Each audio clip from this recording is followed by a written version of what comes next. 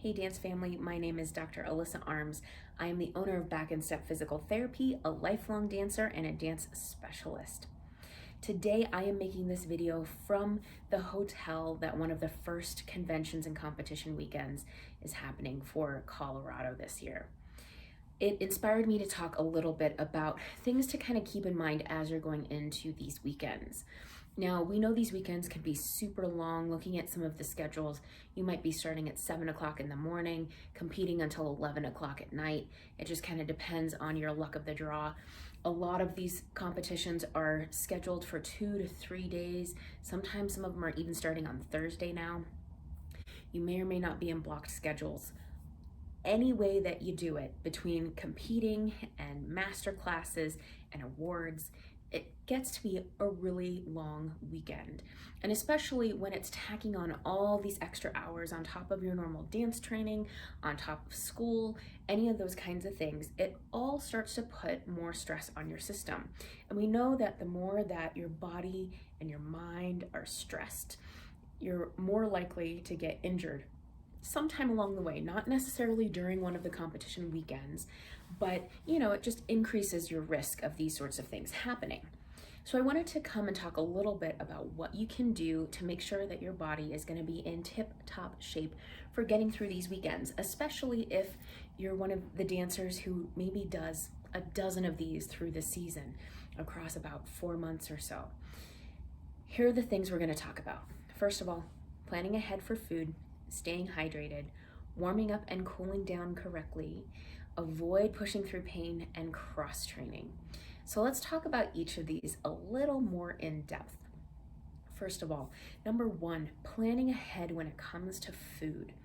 Now I know with these schedules, it can be really hard to find time to find food, especially right now with COVID. Some of the hotels may have limited options, or maybe the convention center, wherever you're having your class, is a ways away from things, and so it's not so easy to just go pick something up. Either way, make sure that you're planning ahead so that in case your schedule's a little crazy, you still have an opportunity to fuel yourself. We know that when we're pushing our bodies extra hard, we need more calories and more nutrients to replenish what we're using. So make sure that you're getting plenty of calories during these days, and think about what foods you might want to make sure that you're getting good calorie and nutrient intake, but maybe not super heavy foods, especially if you're going to be dancing again afterwards. So some things that are really great for weekends like this are things like avocados and nuts, some sort of snacks like fruit and other types of maybe like jerky, beef jerky type things. Basically anything that is a lot of calories in a small package are going to be really helpful, so you don't feel like you have to eat a lot of food in order to make up for it. So these are not the weekends to necessarily eat salads all weekend and that kind of thing. Make sure you've got plenty of carbohydrates and proteins in there, as well as some fats, because your body needs all of those to make it through a long, busy day. Number two, we talk about hydration. So for hydration, again, it can be hard through these weekends to feel like you're drinking enough water. I know the busier I am, the harder it is to stay up on it. I plan ahead with that too. So I have a big water bottle that's 32 ounces that I carry along with me. And then like this weekend, I just bought another big water bottle to take along too. So that way I can always fill up both of them when it's time and have two big things of water. So I'm probably carrying around 50, 60 ounces of water with me. The more you dance, the more you sweat. The more you sweat, the more water you lose. If you're losing enough water, you may also want to consider some sort of electrolyte replacement. So that can be little packets of things. There are also gels that you can have. There are all kinds of things that are out there to kind of help replace electrolytes. In some cases, things like Pedialyte or Gatorade might be an option. One thing with Gatorade is it does have a lot of sugar and stuff in it too, so you wouldn't want to just rely on that. But it would be fine in small doses if you're doing a lot of dancing to kind of help replenish things. Number three, make sure that you're warming up and cooling down correctly.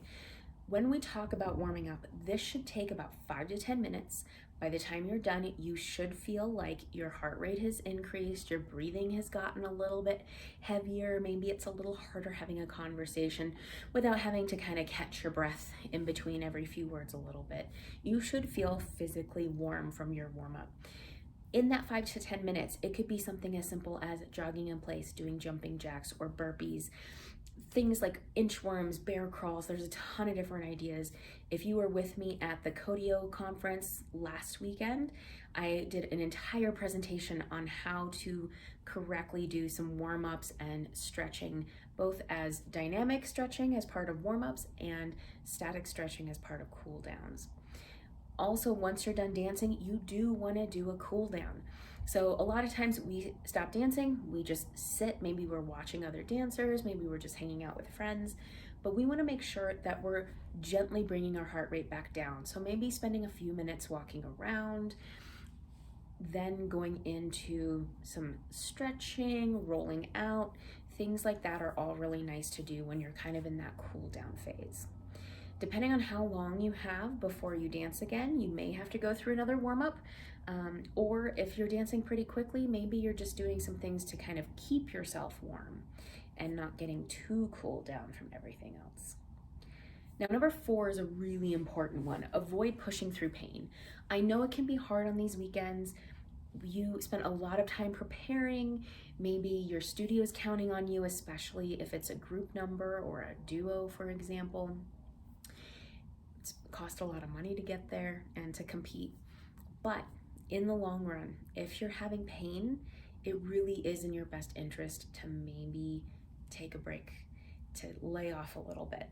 Because when you're pushing through pain, that's when things may get worse because you're pushing through it, or maybe it just kind of sets it up so that it at least takes longer to recover from. If you are deciding to compete knowing that you have an injury already, it's really helpful if you're working with somebody like a dance physical therapist who can help make sure that you have the right program, the right recovery techniques, maybe special warm-up in order to prepare your body and that kind of thing to take the best care of yourself possible through the weekend. Number 5, cross training. Now this is something that isn't gonna happen just for that weekend. You have to start doing this ahead of time. But doing things like coming up with a strengthening program and cardio program are really important for preparing your body to make it strong, resilient, powerful, and really boost your performance overall. So that's something that you definitely need to start working on at least a month before, if you really want it to impact a particular competition or performance. But it's an important one to throw in here too. Most of these other things are things that you can start addressing even the day of competition and how you're preparing for things. But that last one, the cross training, has to start beforehand. If you want to learn even more, check out our other YouTube videos, check out things on Instagram and Facebook, or come to one of my seminars, bring me into the studio, have me work with your dancers, and I would love to teach and share information to keep your dancers at peak performance, peak health, and keep them happy as long as they're dancing and just in good shape for this crazy season, especially right after things like Nutcracker season or whatever your winter shows were.